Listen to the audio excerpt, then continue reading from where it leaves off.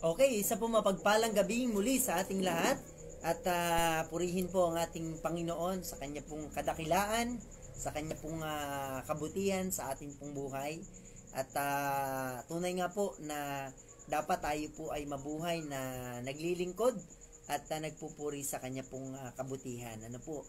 At yun nga po, salamat sa kanya sa buong maghapon na naman po na sa katunayan ay kanya po tayong iningatan, kanya po tayong pinrovide lahat ng ating po mga pangangailangan. Kung kaya nga po, ang ganti po natin dapat sa kanya ay atin po siyang sambahin, atin po siyang pasalamatan po sa atin pong mga buhay.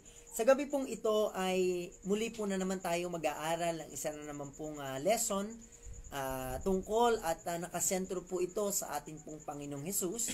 At ngayon pong gabing ito ay ito po yung huling topic na atin pong pag-uusapan na kumbaga po ay isa sa katangian o isa sa pangalan na ibinigay ng Biblia po sa ating Panginoong Hesus. Matapos po nating pag-usapan ang napakarami pong pangalan at katangian ng ating Panginoon, no? Hindi ko na kayang isa-isahin pero napakadami po nun. Naandun po yung siya po yung daan, siya po yung katotohanan, siya po yung buhay, siya po yung tubig, siya po yung bato, siya po yung atin pong gabay, ilaw, ano?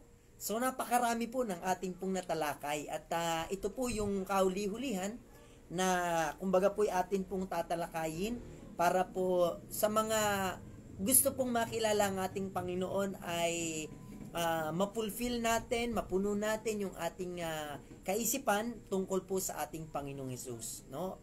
So, hindi po porke ito na po yung huli, ibig sabihin wala na po. Sapagat napakarami pa pong topic na kumbaga po ay hindi na po dito para aking ituro po sa inyo. Ano po, siguro kung gusto niyo pong matuto po, meron naman po tayong mga Bible colleges, meron po tayong mga eskwelahan, kung gusto niyo po talagang lumalim pa. No? So, ang aking pong tinalakay lamang po is yung mga basic knowledge and understanding about the Lord Jesus Christ. Ano po? So, sa gabi pong ito, ay napakahalaga po ng ating pong pag-uusapan, lalo tigit sa lahat po ng nakikinig ngayon na kung ikaw ay tatanungin ko, ngayong gabing ito, o bukas, o sa isang linggo, o sa isang buwan, sa isang taon, ikaw ay pumanaw, natitiyak mo ba na ang iyong patutunguhan ay sa piling ng Diyos at hindi sa dagat-dagatang apoy? Sa gabi pong ito, ang ating pong paksang pag-uusapan ay pinamagatan pong Jesus the Redeemer. Jesus the Redeemer sa Tagalog. Si Jesus ang ating manunubos. Siya po ang ating tagapagligtas. Yun po ang ating pong pag-uusapan. Sa gabi pong ito, basahin po natin ang ating text sa Mateo chapter 1 verse 21. Sabi po dito, in English, I'm going to read it in English. And he shall bring forth a son, and thou shalt call his name Jesus, for he shall save his people from their sins. In Tagalog, at siya'y manganganak ng isang lalaki, at ang pangalang itatawag mo sa kanya'y Jesus. So direct po yung pangalan ng Panginoon sinabi po dito, kaya wag na po kayong mag-alinlangan kung sino po yung tinutukoy dito na tagapagligtas. Ang sabi po diyan, sapagkat ililigtas niya ang kanyang bayan sa kanilang mga kasalanan. So, ang ating pag-uusapan po ay tayo po magfo-focus po bilang si Jesus ang tagapagligtas. Si Jesus po ang ating Redeemer, no? So, tayo muna po ay manalangin. Ama naming Diyos sa langit, maraming salamat nga po sa mga pagpapala mo, sa mga blessing na aming tinanggap. Salamat po sa buhay, kalakasan, pag-iingat, and everything na hindi po namin kayang saysayin, Panginoon, isa-isa. Ngayong gabing ito, Diyos, nawa, ikaw Panginoon ay patuloy na mahabag at maawa sa amin, lalo na sa sino man po na hindi pa po nakakatiyak ng buhay na walang hanggan. Ngayong gabi, Panginoon, ikaw ay magpakilala sa mga taong nakikinig at makikinig pa ng Bible study na ito. Maraming tao sa panahon ngayon, O Diyos, ang nangangailangan po ng katotohanan ito, sapagkat maraming tao sa oras na ito ngayon ay lugmok sa kasalanan. Kaakbay po si Satanas. Kasama po ang sanglibutan. Kaya Ama, sa gabi pong ito, magligtas ka, Panginoon, ng kaluluwa. Maunawaan po nila ang iyong mensahe na tunay na magbibigay po sa amin ng kagalakan. Hindi tulad ng kagalakan ng mundo na lumilipas, kundi ikaw, Panginoon, ang iyong ibibigay sa amin ay pagpapalang pang walang hanggan. Sa gabi pong ito, muli po ay linisin mo kami sa lahat ng aming kasalanan. Ang lahat ng tuyaming dalangin sa pangalan po ng aming Panginoong Hesus. Amen at amen. So, once again, magandang gabi sa atin pong lahat, no? Salamat po sa mga viewer po natin, sa atin pong mga daily viewers. Ano po, araw-araw na sa tuwing meron tayong gawain ay nariyan upang makinig. Ano ho? And well, hindi lamang naman po kayo yung dapat ko pong pasalamatan sa inyo pong panonood. I do believe na sa lahat po ng pinagpapala ng ating Panginoon, naroon din po yung inyong pasasalamat na kahit papaano po ay marami po kayong nalalamang katotohanan mula po sa banal na kasulatan. At salamat po sa inyong pagtitiwala na patuloy po na makinig at mag-aral ng salita po ng Panginoon. Sa gabi pong ito, tunghayan po natin ang ating leksyon, ang ating aral tungkol sa ating Panginoong Hesus bilang siya po ang tagapagligtas. Siya po ang ating manunubos. So mga kapatid, ito pong ating binasa pong talata ay maliwanag po na ito po yung hula ng isa pong anghel kay Maria. No? Ito po yung panahong si Maria po ay dalaga pa. Siya po isa pa pong berhen. At sinabihan po siya ng isang anghel na siya'y manganganak ng isang lalaki. So, ang atin pong Panginoong Hesus, siya po ay masculine. Hindi po siya feminine. No? Masculine, lalaki. At ang pangalang itatawag mo sa kanya'y Jesus. So, particularly po, let's talk about the word or the name Jesus. Bakit po ito yung ipinangalan? Well, sinagot na rin naman po yan ng Biblia po, bakit Jesus ang pangalan? Sapagkat, yun po yung sagot, sapagkat, ililigtas niya ang kanyang bayan sa kanilang mga kasalanan. Take note the word Jesus, the name Jesus, ay patungkol po ito mga kapatid sa kanya pong pagliligtas. So mga kapatid, ang pangalang Jesus ay ibinigay sa kanya sapagkat ang kanya pong trabaho ay magiging tagapagligtas. Siya po yung magiging manunubos. Pag-usapan po natin sa malalim na kahulugan, yung pangalan pong Jesus. Mga kapatid, mga minamahal, ang pangalang Jesus po ay kinuha po yan sa English name na Joshua. The word Joshua in English, meaning a savior, a redeemer, a deliverer. Yun po ang ibig sabihin po ng Joshua. So if we're going to look back on the Old Testament, makakabasa po tayo, mga kapatid, ng aklat na isinulat po ni Joshua. Ito po yung kasunod po ni Moses na naging head ng mga Israelites, mga kapatid. So, ang pangalang Joshua ay kinuha po sa salitang Griego na Yeshua, meaning Savior. No, the Greek word Yeshua means Savior. So, lagi ko po itong sinasabi sa bawat isa, Ang Diyos po natin ay iisa lamang, pero napakarami niya pong pangalan, napakarami niya pong bansag. Ano ho? Napakarami po ng, sabi nga po ay ipinangalan sa Kanya. Sabi nung mga naliligaw, ano ho? Ano ba talaga ang pangalan ng Diyos? Sabi po ng mga saksi ni Jehovah, Jehovah daw po ang pangalan ng Diyos. Mga kapatid, let me explain to you the word Jehovah.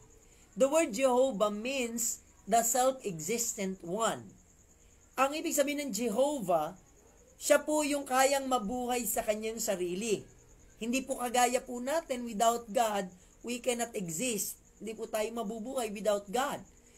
But when we say Jehovah, meaning to say the Almighty God who make Himself to exist. So siya lang po yung may kakayanan na mabuhay sa kanya pong sarili. Pastor, kailan nabuhay ang Diyos? Wala pong time na nabuhay ang Diyos. Siya po ang buhay. So kung mayroong magtatanong sa akin, Pastor, hindi ko po kayo maintindihan.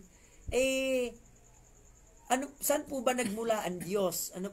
Paano po ba siya nabuhay? Okay, mga minamahal, mga kapatid, mga tagapakinig ngayong gabi, konting pagsilip po sa theology, Pag sinabi po nating Diyos, siya po yung being na wala pong pinagmulan, wala pong pasimula at walang wakas. Ang Diyos po natin ay hindi kasama o wala po siya sa boundary ng oras, wala po siya sa boundary po ng mga pangyayari or events. Ang Diyos po natin, may kanya po siyang oras. Yung nangyari noon, yun ay ngayon pa rin sa kanya. Ganun po kalawak, kaya nga po, sa totoo lang, pagka po ating binulay ang ating Diyos, na nasa langit, na siyang lumikha ng langit at lupa, mga puno, mga hayop, lahat ng nakikita natin sa mundong ito, yan ay nilikha lamang ng ating pong Panginoon.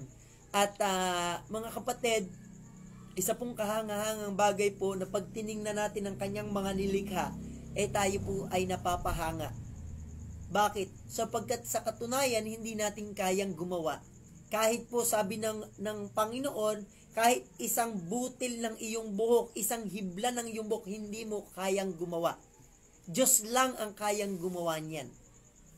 Sa mga kapatid, kaya nga yung mga kalbo na po, kung talagang kaya nilang magpatubo ng buhok, bakit sila mananatiling kalbo?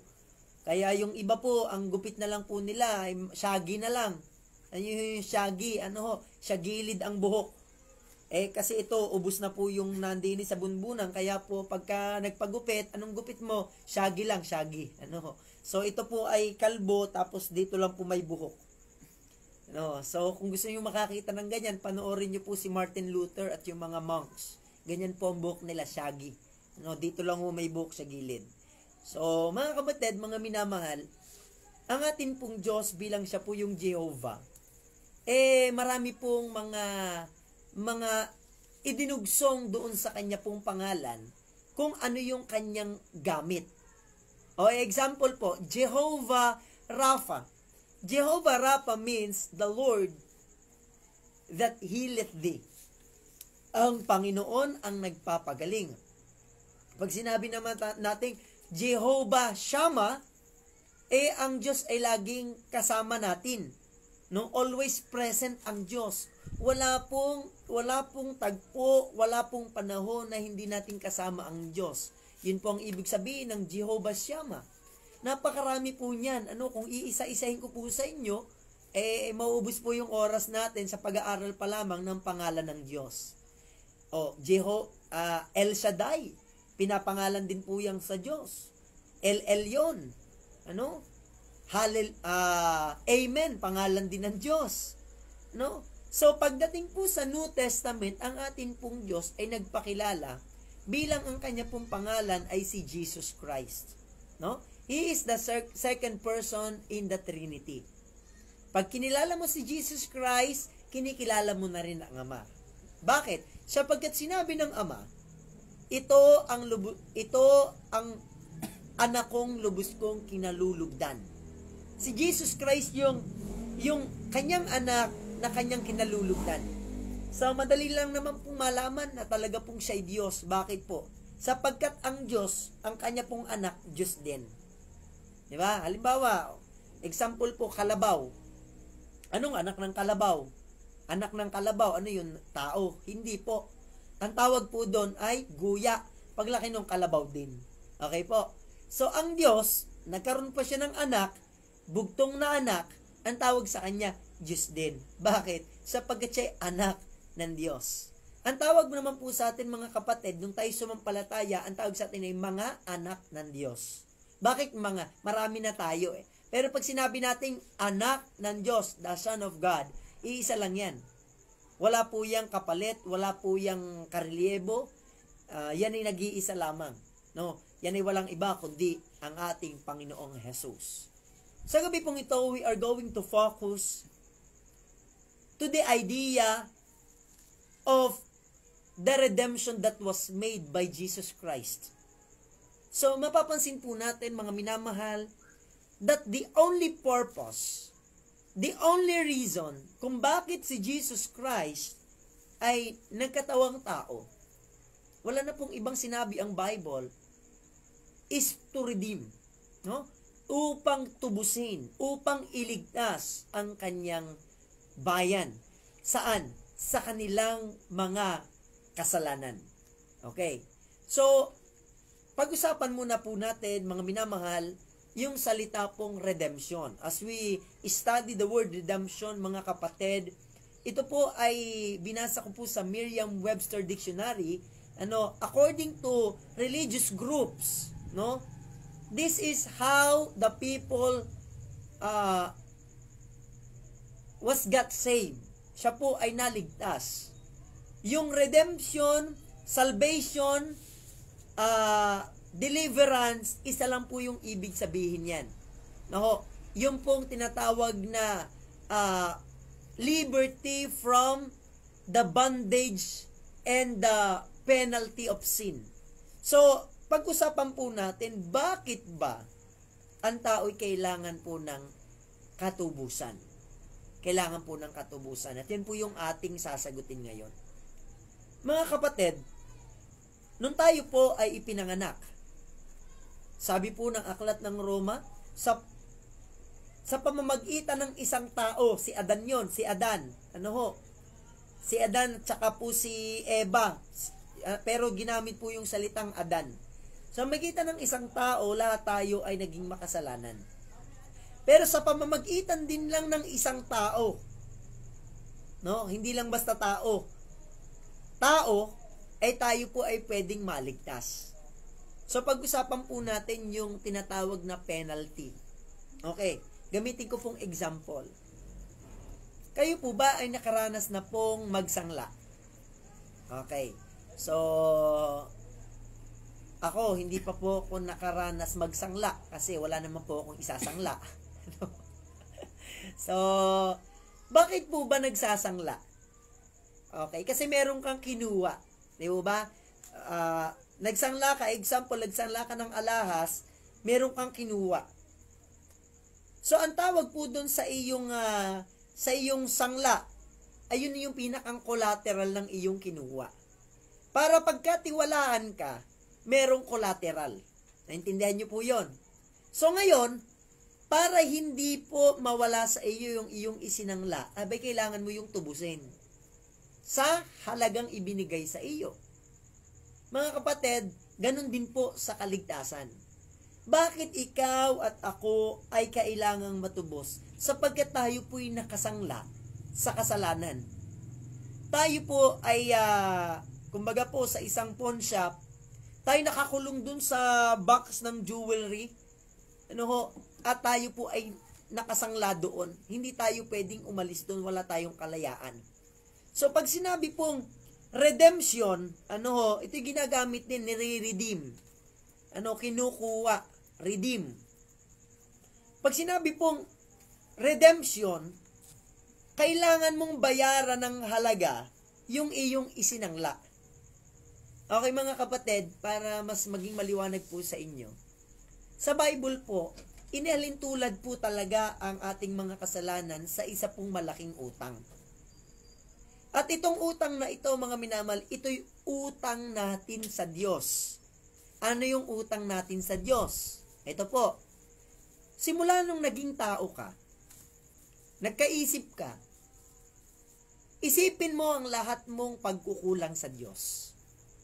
Yung hindi mo pagsisimba, hindi mo pananalangin, yung hindi mo pag-iisip tungkol sa iyong kapwa, na dati puro sarili lang ang iniisip mo. Yung may panahon ka sa bisyo, may panahon ka sa pagsusugal, may panahon ka sa mga kamunduhan, kalayawan. Lahat ng yan, mga kapatid, pag pinagsama-sama, yan po ay napakalaking utang. No? Napakalaking utang.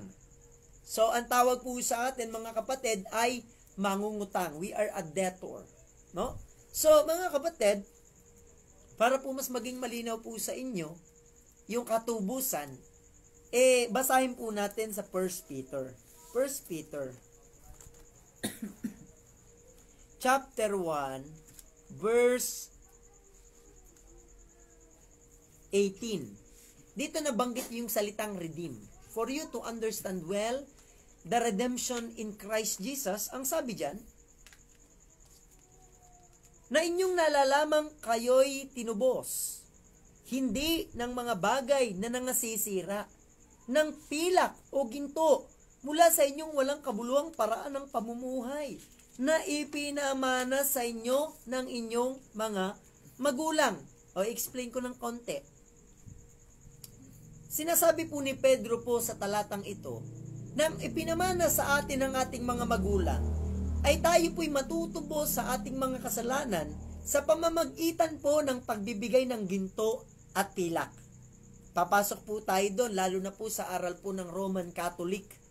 Ano yung aral ng Roman Catholic? Yung indulgence.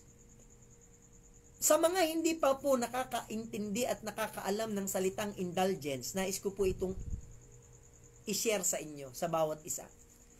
Ang indulgence, sa Tagalog ay indulhensya. Ito po ang doktrina po ng Romano Katoliko na mayroon pong isang papel na nakasulat doon ang lahat ng iyong mga utang sa Diyos. At sa bandang ibaba, mga kapatid, nandun yung pirma ni Santo Papa. At pagka ikaw ay wala nung papel na yon, pupunta ka ng impyerno. So, anong ginawa ng mga tao? Kahit wala silang pera, pinilit nilang magkapera para bilihin, mga kapatid, yung papel na yon. No? So, kung gusto nyo po makakita ng ganyang pelikula, panoorin nyo po ang pelikula po ni Martin Luther, The Reformation. Naroon po yung nakita ni Martin Luther na yung mga taong mga dukha, walang pambili, kawawa naman. Ibig sabihin pa lang, kaligtasan sa mayayaman lang kung ganon. Bakit? Paano kung wala ka pilak, wala kang ginto, wala kang kayamanan, ano yung kaya mong ibili nun? Napakamahal pa man din, di bali sana kung 5 piso lang hindi 1,000 kung sa panahon natin ngayon. Baka sa panahon natin ngayon, yung indulgence na yun, 5,000. Grabe, ano po. Pero mga kapatid, mga minamahal, hindi po ito para i-offend ang mga Katoliko. Ito po yung panahong mabuksan ng ating mga kaisipan na tayo po nininegosyo lamang po ng ating kinagisnan. No? Tayo po'y pinagbabayad para sa ating kaligtasan. Hindi nga po ganun ang paraan ng Diyos. Ano po, hindi mo pwedeng bayaran ang kasalanan mo ng ginto at pilak o anumang bayad. O, isa pa po ito, pag namatay, kailangan dalhin dun sa simbahan. Anong gagawin? Dadasalan yung patay. Dadasalan ng dadasalan. Para saan? Para mahango daw sa purgatorio. Mga kapatid, hindi totoo ang purgatorio. Ang tao po, makasalanan, ayan po ay tiyak mamamatay. Pero kung ikaw ay makasalanan na nagsisi, tinanggap mo si Jesus na iyong Panginoon at tagapagligtas, siya'y iyong pinapasok sa iyong buhay, tinalikuran mo ang mga kasalanan, ayaw mo na sa kasalanan, lumayo ka na sa mga kasalanan, ayaw mo na sa gawain ng sanglibutan, at gusto mo na ngayon ang gawain ng kabanalan. Gusto mo sa salita ng Diyos, gusto mo sa kalipunan ng mga mananampalataya. Yon ang ebidensya at katunayan na ikaw talaga ay tunay ang pananampalataya. So, kung ikaw ay makasalanan, sumampalataya kay Jesus at nakita sa buhay mo at ikaw mismo, pinatunayan mo yon na ikaw ay sumasampalataya, ikaw ay hindi pupunta sa purgatorio. Ikaw ay pupunta sa langit.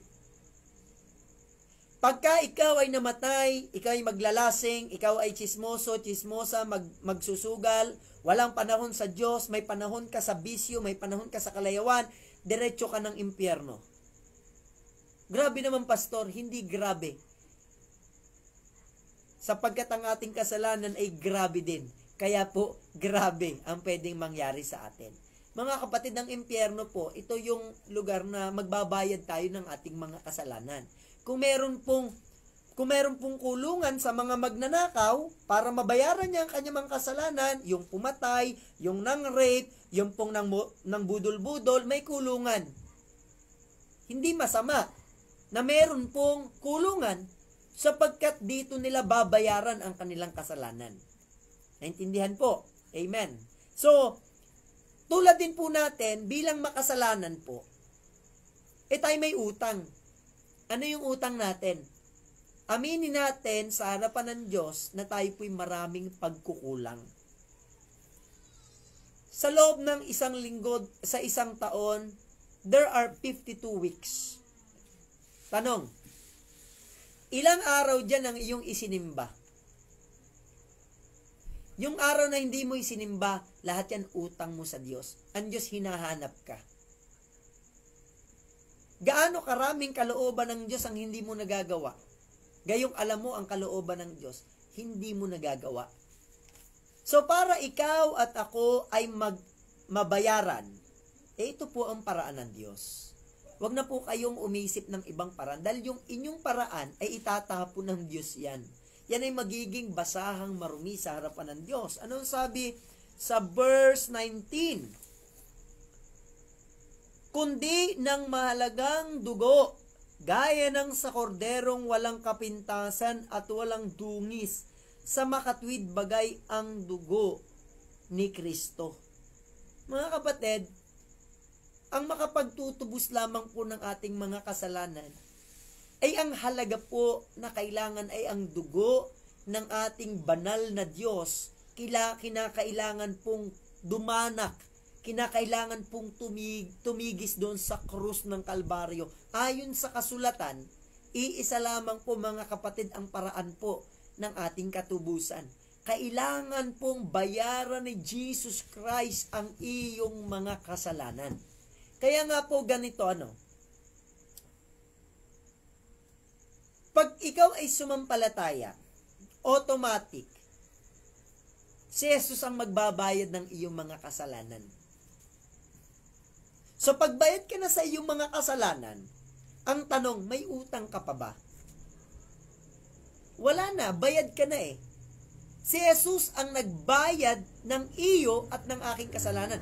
Ngayon, dahil bayad ka na, wala ka ng pananagutan sa Diyos, sapagkat binayaran na po ito ni Kristo.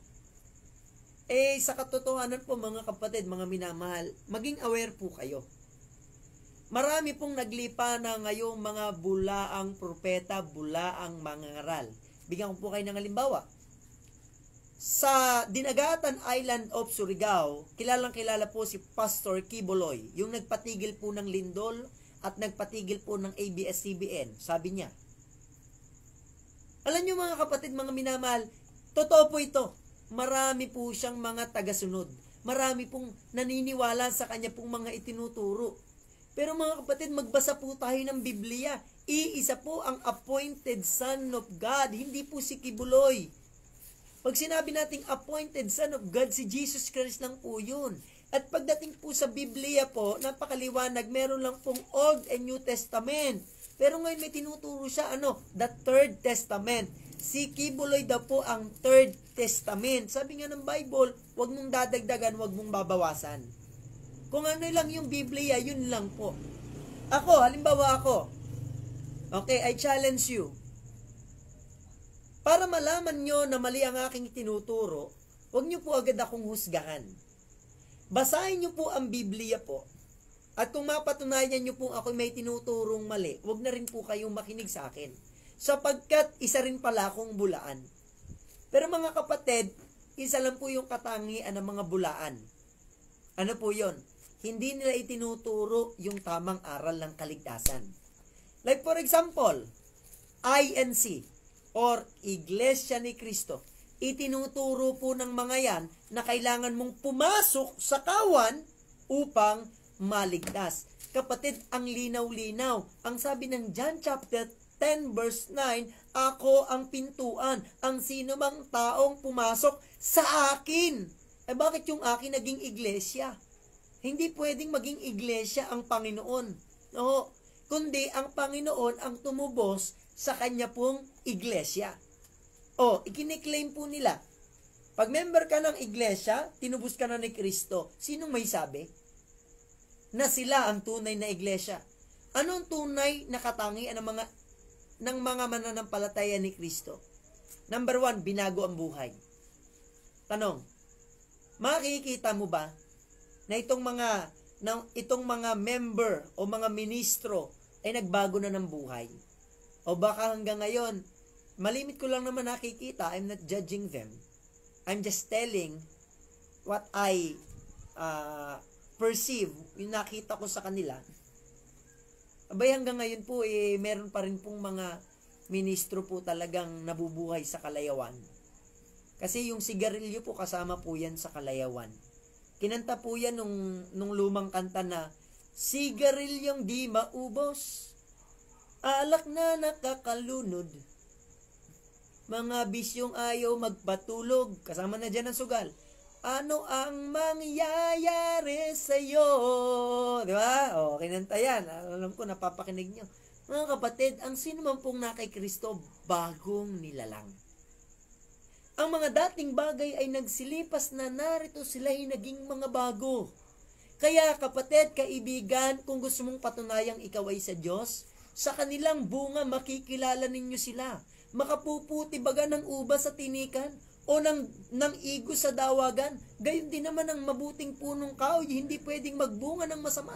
At ganon din ang masamang punong kahoy, hindi pwedeng magbunga ng mabuti. Abay, makikilala ninyo sila sa kanilang mga bunga.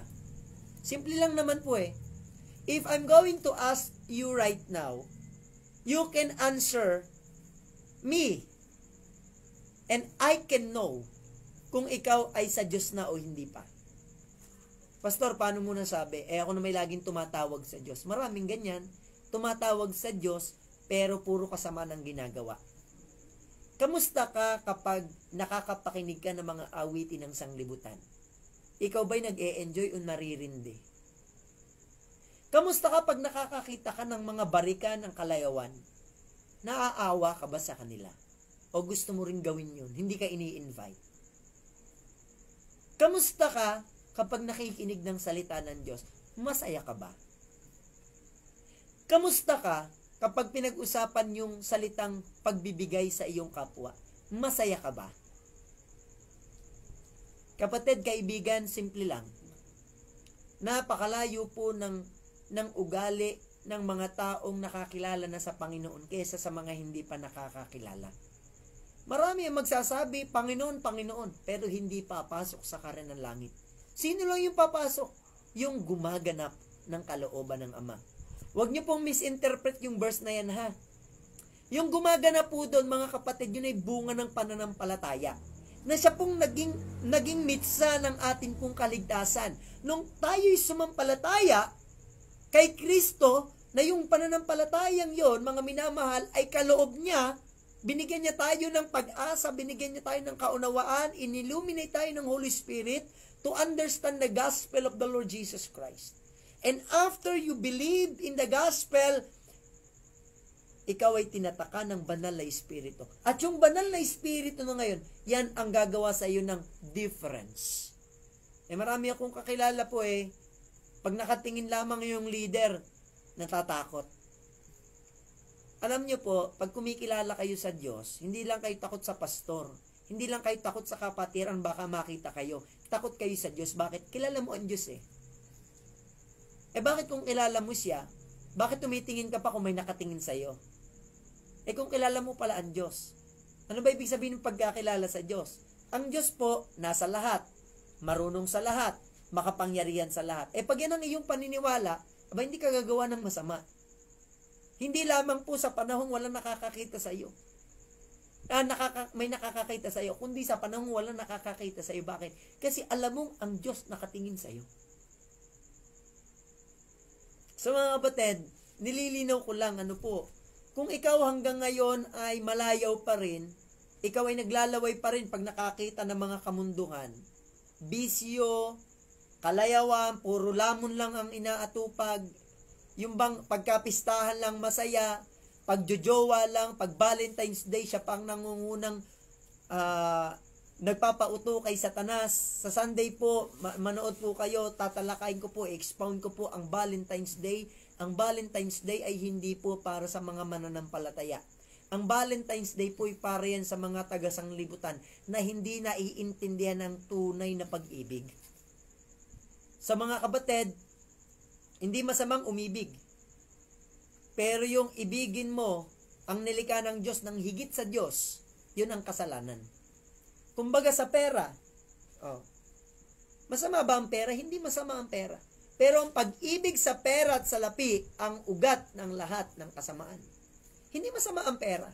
Pero nung inibig mo na ang pera ng higit sa lahat, ano nangyari? Naging masama ka na. So ikaw ang nagpapasama. Bakit? Depende sa gamit. Ito, hindi ko ito makakalimutan sa aking luluhing pastor, si Pastor Cesar Hernandez. Ang kutsilyo, masama ba ang kutsilyo? Hindi masama ang kutsilyo. Basta ginamit mo sa tama. Pagkahirap namang martilyo ang gamitin mo sa pagtsachap-chap ng sibuyas at bawang. Gamit mo martilyo. O magagayat ka ng baboy, martilyo ang gamit mo. E di nagkadurog-durog yun, di ba? So, maganda yung kutsilyo kung sa maganda mo at sa katwiran mo gagamitin. Pero pag yan ay yung kutsilyo, sinaksak mo sa liig, hindi na maganda yan. Ganon din po. Anything that we have in this life, when you are using that improperly, ikaw ay nagiging masama at makasalanan. Kumbaga ganito, hindi masama ang kautusan Pero kaya nagiging masama ang kautusan, ginagamit mo ito sa iyong kaligtasan. Kaya ngayon, sabi ng Biblia, ikaw ay nasa ilalim ng sumpa. Ang sino man pong sumusunod para maligtas sa kautusan, ay nasa ilalim pa ng sumpa ng Diyos. Ang sino man pong nagpapakabuti, given na yun, gusto mo patunayang maging mabuti ka, hindi mo pwedeng lukoy ng Diyos. Bakit? Sinabi ng Diyos, walang mabuti, wala kahit isa. Kailan ka magiging mabuti pag nasa iyo na si Kristo? Siya lang yung nag-iisang mabuti. There is only one good and that is God. So mga kapatid, pakaliwanag po, sa English ko basahin ito, 1 Peter chapter 1 verse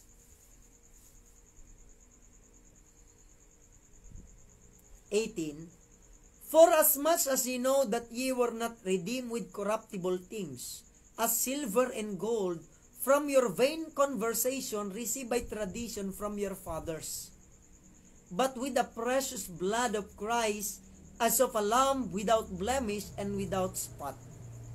Mga kapatid, ganito. Ito'y napakahalaga po na masabi ko po sa bawat isa. Sagutin natin yung tanong, bakit si Kristo lamang ang kayang makapaglinis sa atin? Hindi tayo pwedeng linisin ng taong marumi din. Amen? Bigyan ko po ng example. Ikaw, ba't ka ng utang? Tanong, kaya mo pa bang sagutin yung utang ng iba? Hindi mo na kayang yung utang mo nga, hindi mo mabayaran yung utang pa ba ng iba? Tama po? Isa pang example. Halimbawa, ikaw ay taong grasa. Ikaw ba bilang taong grasa, kaya mong liguan yung ibang tao? Ay, hindi mo kaya liguan. Ikaw nga, hindi naliligo. Diba? Ikay pa uli-uli lang, ang tigas na ng iyong buhok kung ikaw ay taong grasa.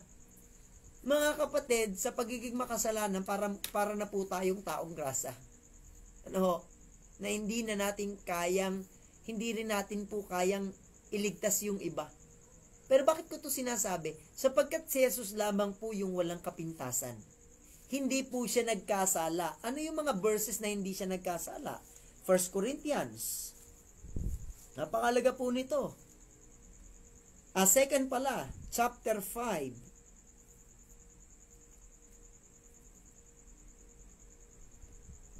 verse 21. O, simulan natin, Brad, sa 20. Kami nga'y mga sugo sa pangalan ni Kristo, nawaring namamanik ang Diyos sa pamamagitan namin. Kayo'y pinamamanikan namin sa pangalan ni Kristo na kayo'y makipagkasundo sa Diyos. Verse 21. Yaong hindi nakakilala ng kasalanan, ay kanyang inaring may sala dahil sa atin, upang tayo'y maging sa kanya'y katwiran ng Diyos. Alam niyo yung salita diyang hindi nakakilala ng kasalanan. Si Jesus Christ walang alam na kasalanan. Bagaman, pag nagbasa kayo ng Biblia, nung dumating siya sa kalipunan po ng mga Pariseo at mga Iskriba, makikita po natin na yung mga Pariseo at Iskriba, masama ang hatol sa Panginoon. Ang hatol sa Panginoon, dumating na ang leader ng mga masisiba. Dumating na ang leader ng mga patay gutom. Dumating na ang leader ng mga mahilig sa patotot, mahilig sa chicks. Pero lahat ng ibinabato ng mga taong ito, sabi nga, sa kanila po tumatama. Kaya nga mga kapatid, dito po, sa aking pagtuturo po ngayon, lahat po tayo ay binabato po ng katotohanan. Hindi po ito galing sa akin, ibinabato ko sa inyo. Ako'y instrumento lang ng Diyos na kunin po yung katotohanan upang ibato sa inyo. So, ibig sabihin, kung kayo nagagalit sa akin, sabi ng Biblia, hindi kayo sa akin nagagalit. Sa Diyos kayo nagagalit.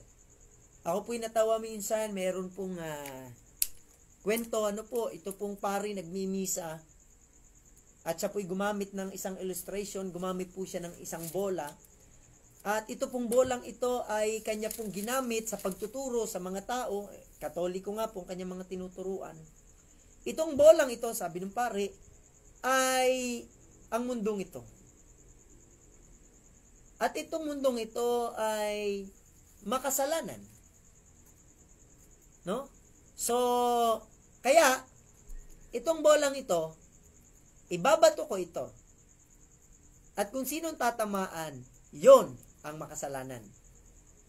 Binato ni Father. Toink, toink, toink, toink. Bumalik sa kanya. Toink, sa kanya tumama. Sabi ng pare, okay, testing lang. Ito na talaga. So mga kapatid, ito po. Hindi ko sinasabing ang pare ay siya lang ang makasalanan. Ako po, nasa inyo pong harapan, ako po isa din pong taong makasalanan. Siguro, ito yung pagkakataon sa lahat pong nakikinig sa akin ngayon para makilala nyo po ang inyong lingkod. No? Hindi po para makilala nyo akong magaling at mahusay. Wala po, dun sa dalawang nabanggit na yon, wala po dun ang aking katangian. Ang inyong pong lingkod na ito, way back 2011, no? 2011, pababa ng buhay ko, masasabi kong ako po ay isa pong taong makasalanan. Dati po akong babaero, marami po akong kateks.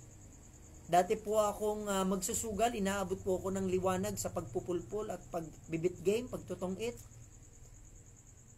Masasabi kong ako'y customer ako ng mga sayawan dati. No, kahit lumba-lumbay, sinasayaw ko. Wala na eh. Wala na choice.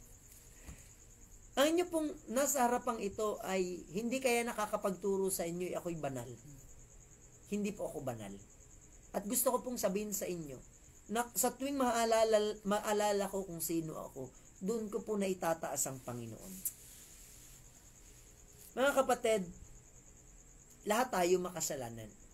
At given na yon. Lahat ng tao makasalanan. Pero hindi lahat kayang magpakumbaba. Hindi lahat kayang lumapit sa Panginoon. At kung bakit kaya mong lumapit sa Panginoon, sabi rin naman ng Biblia, hindi ka makakalapit sa Panginoon kung hindi ka ilapit ng Ama.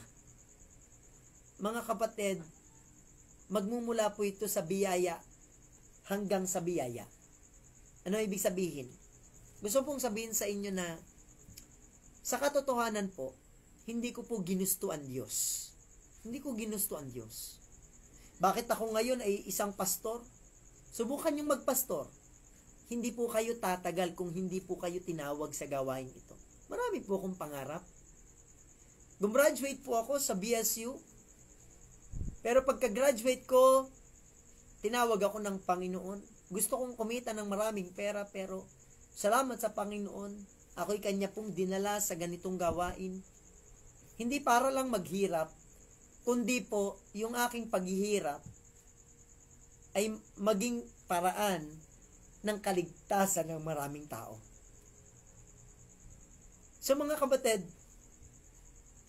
kung tunay mong nakilala ang Panginoon, sa tuwing ikaw ay makikinig ng Kanyang mga salita, dapat naintindihan mo na walang sino man sa atin ang karapat-dapat. No, we are not worthy. We don't deserve salvation. Pero ito po, ang biyaya ng Diyos. Hindi ko akalain na ang Diyos ay gagawa sa buhay ko.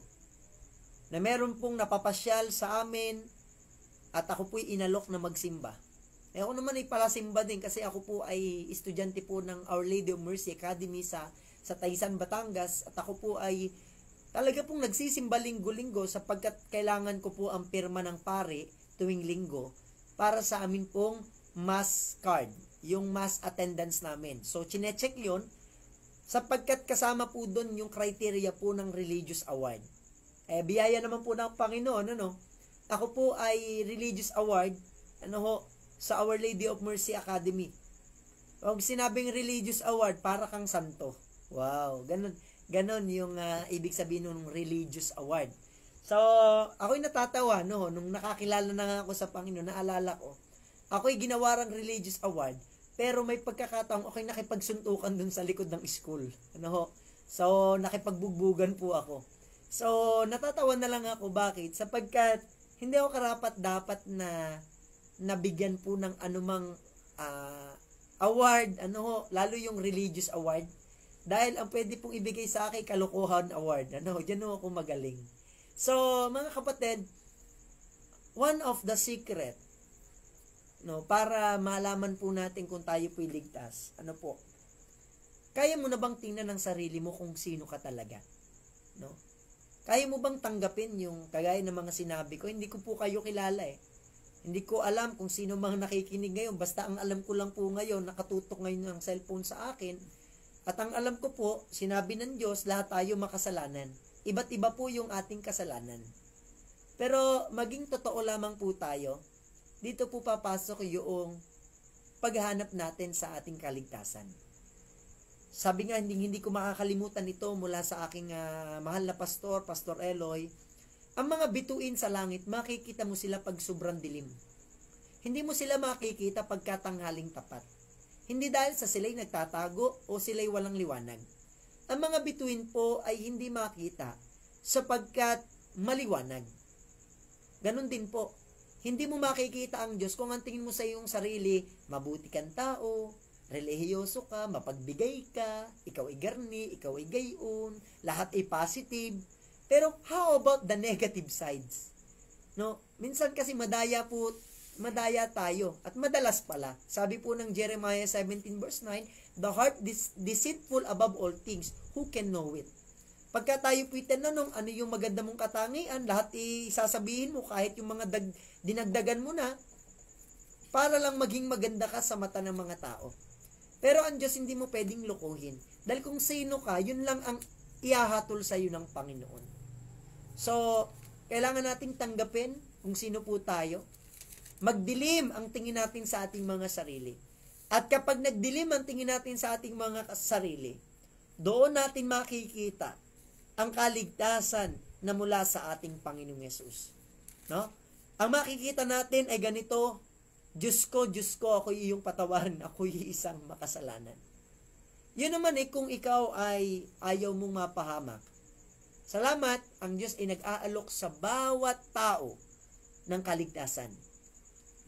Ang Diyos po ay hindi namimili. Ako'y naniniwala na ang Diyos ay bukas sa lahat ng tao para sa pagsisisi. Pastor, kahit sobrang makasalanan ko, kahit gaano ka pa makasalanan, yun nga ang maganda po Dahil yung mas makasalanan po, mas malaki ang ipagpapasalamat sa Diyos. Mas malaki ang kasalanan, mas malaki ang ibabayad mong paglilingkod. O, hindi natin babayaran yung kaligtasan na. Sabi nga po ng Roma chapter 3 verse 23, ang kaloob ng Diyos ay walang bayad. Na buhay na walang hanggan kay Kristo Jesus. Walang bayad. Hindi mo kailangan bayaran. So, mga kapatid, mga minamahal, sa gabi pong ito, sana po, na-guide ko po kayo ng maayos sa tamang aral ng Biblia po, na wala pong ibang tagapagligtas at manunubos. Iisa lang po siya. Ang kanya pong pangalan ay si Jesus Christ. Siya po ang ating Panginoon. Siya po ang ating manlilikha. Siya ang ating manggagamot. Siya po ang ating tinapay. Siya po ang ating tubig. Siya ang ating pong buhay. Siya po ang ating daan. Siya po ang ating mabuting pastor. Siya po ang ating ilaw. Siya po ang ating pong judge. Matuwid na hukom. At napakarami pa pong katotohanan na hindi ko na po kayang isa-isahin at balik tanawan lahat ng aking itinuro tungkol po sa ating Panginoong Hesus. I hope na ngayon pong gabing ito ay mas magkaroon tayo ng kaalaman, mas malalim na puso para sa ating Panginoong Hesus, na ang maging tingin natin sa Kanya, mga minamahal, mga kapatid, ay siya po ay kasing laki ng walang hanggan. Sana dumating tayo sa point na yon. No, na dumating ang ating pagkilala sa Kanya, na talagang, bakit ako mag-aalala kung kasama ko si Jesus? Siya ang lahat sa aking buhay. Last na po ito. Kaya meron pong awitin po kaming mga baptista at mga mananampalataya ng Diyos. Ano po? Si Jesus ang lahat sa buhay, kung kaya may galak. Si Jesus ang lahat sa buhay, kung kaya may galak. Problema'y dumarating, ito'y Kanyang lulutasin. Si Jesus ang lahat sa buhay, kung kaya may galak. Sa gabi pong ito, Jesus is our Redeemer. Siya yung ating manunubos. Tayo po'y manalangin. Ama naming banal, salamat po sa gabing ito, and we are so happy and blessed to know you more. Alam po naming ikaw ang tagapagligtas, pero marami po kaming naintindihan ngayon na dapat namin pong may apply sa aming buhay. Kung ikaw ang tagapagligtas, ano na po yung kalagayan namin bilang tao? Kung kami po ay nasa kasalanan pa rin, alam lang namin na ikaw ang tagapagligtas, pero hindi ka namin kinikilala sa aming buhay. Wala kaming pakialam sa iyo. Wala po kaming pagnanasa sa iyo. Pero, Panginoon, sa gabing ito, kung nakita po namin ang aming mga sarili, na kami po ay hopeless, makasalanan, wala kaming magagawa, kahit amin pa itong mundong ito at ito yung aming ibayad sa iyo, hindi po namin kayang bayaran ang aming mga kasalanan, sapagkat ang halaga po ng aming mga nagawang kasalanan ay hindi po gagamundo, kundi ito po ay nahusto lamang sa pamamagitan po ng dugo ng iyong bugtong na anak, na siya pong halaga at kapantay ng presyo ng amin pong mga kasalanan. Sa gabi pong ito, O Diyos, nawa merong mga nakinig ngayon na naunawaan, at ngayon sila po'y nagtamo ng katubusan sa kanila pong mga kasalanan. Simple lang. Kami makasalanan, ikaw, Panginoon, ang banal, ikaw ay nabayubay sa krus ng Kalbaryo, binitbit mo ang krus, binayaran mo ang aming mga kasalanan. Kung kaya nga po, ang sino mang sumampalataya sa iyo ay hindi na mapapahamak, kundi magkakaroon ng buhay na walang hanggan. And tonight, Lord, sana meron pong nakikinig ngayon na yung ginigiyagis ang kanyang buhay sa aking mga nabanggit. Kung kami po'y nabubuhay pa rin sa kasalanan at kalayawan, Panginoon, mahabag ka sa amin. Iligtas mo kami. Iligtas mo kami, Panginoon. Hindi namin kayang umalis dito sa aming sarili. Ikaw lamang, Panginoon, ang makapagliligtas sa amin. O dakilang Diyos, pagpalain niyo po ang Bible study na ito. Nawa sa gabing ito, ikaw ay gumawa, magpala sa lahat ng mga taong nakinig. At salamat po, O Diyos. Salamat na ako po bilang kanila pong tagapangaral, tagapagsalita. Hindi po ako pwedeng magmalaki sa iyong harapan. Ang pwede ko lamang pong ipagmalaki ay ikaw. Ikaw na aking Panginoon na namatay dun sa krus ng Kalbaryo. At bukod sa iyo, Panginoon, wala na akong ibang kapurihan. Marami po akong pwedeng sabihin sa kanila. Lahat ng kapalpakan, meron po ako. Pero sa kaligtasan at kabanalan, Panginoon, sa iyo lamang po ang aking pasasalamat. Sa gabi pong ito, Ama, ikaw na po ang bahala. Bigyan niyo po kami ng biyaya, pagpapala ng iyong awa at abag sa gabing ito. Ang lahat ng ito'y aming samo at dalangin. Sa pangalan po ng aming Panginoong Hesus. Amen at amen. So sa gabing ito ay akin pong kilalanin, ng mabilisan. Medyo napasarap ang atin pong pagtuturo ng salita ng Diyos. Una po sa listahan, praise the Lord, ang atin pong newly baptized member, si Sister Meds Gulapa Kulis. Magandang gabi po, sis. Kasama natin ngayong gabi ang akin pong beautiful tita from Bilogo, Taysan, Batangas, Teodori Almario, and together with Tio Sammy, of course. Kasama rin natin, si Sister Marisa Lumanglas. Amen. Nakakatuwa naman at nakasama ka namin, sis. Kasama rin natin ang ating pong member, Sister Ranilyn Lacandula Arroyo. Magandang gabi po, sis. Kami po'y ginabi na sa aming lakad, kaya walang Bible study. Kaya ang tawag sa atin ay Bible Study. Study mo ng Bible. Kasama rin natin ang mag-asawa, si Kathleen Almario Fernandez. Amen. Insan, God bless you. Tayo naniniwala na ang Diyos ang nagbibigay at nag-iingat sa lahat ng bagay. Kaya yung iyong baby, ingatan ng Panginoon. Kasama natin ngayon ang Basit family sa pangunguna ni Sister Janeline. Siguro ito'y team bahay. Kasama natin, magkahiwalay pa ang mag-asawa, si Mark Anthony Fernandez, artistahin nito. Kasama natin si Joros Elbao.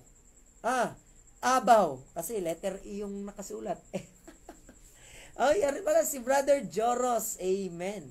Sana itong batang ito ay ating makasama dito sa gawain. Kung talagang ikaw ay iniligtas ng Diyos, kay magpatuloy dito. Dahil dito ka iniligtas, dun ka tumira. Dun ka magpatuloy. So, kasama natin ngayong gabi si Sister Micah Revalo. Magandang gabi po, sis. And, nakakatuwa ito. Ito'y gabi-gabi na natin talagang kasama. Si Christine Regidor. Magandang gabi po, Sister Christine. And I hope na meron ka na yung tinatawag na assurance of salvation sa iyong buhay ngayon. Kasama natin si Chris Toledo. Magandang gabi po. Kasama natin si Lawrence Castillo. Sino kaya ito? Bayaw siguro. Kilala ito ng Kuya Gary. Kasama rin po natin, sunod si Bayaw and Brother Gary Castillo from Halahala, Rizal. And with my sister, beautiful sister, Erlinda Castillo. And their sons and daughters. Kasama rin natin si Heart Arrazo. Magandang gabi po. Si Sister Izel Mercado. Kasama rin po natin. Kasama rin po natin ang aking bayaw from Negros Occidental, Kabangkalan City, Frances Arcas. Si Gaming. Ito ang Little Coco Martin. Magkamukha kami. Ako kasi tinatawag ding Coco Rumi. Okay. Kasama natin ang Nanay Pelisa Perez. Kasama rin natin si Alma Cara from Talisay, Gary Sable from Pastor Gary Gary the Light. Okay. So, kasama rin po natin si Brother Alfred de los Reyes. Nakita ko ulit ito ng Lord's Supper. And, ngayon pong gabing ito, sa lahat ng manonood pa at makikinig pa ng Bible study na ito, nawa, tayo pong lahat ay nakakilala sa ating Panginoon na siya lamang po ang makatutubos, makapagliligtas sa ating pong mga kasalanan. And, ariin po natin na ito na ang pinakamalaking kayamanan natin tinanggap sa buhay na ito. Yung alam natin na tayo po ay pupunta sa langit sa piling ng Panginoon sa pamamagitan ng kanyang biyaya sa atin. Maraming salamat pong muli at kita-kits po tayo bukas ng alas 5 ng hapon to our prayer meeting and sa Sunday po ng 8:30 ng umaga to our worship service Sunday. God bless you all and may you have a good night and blessed dreams.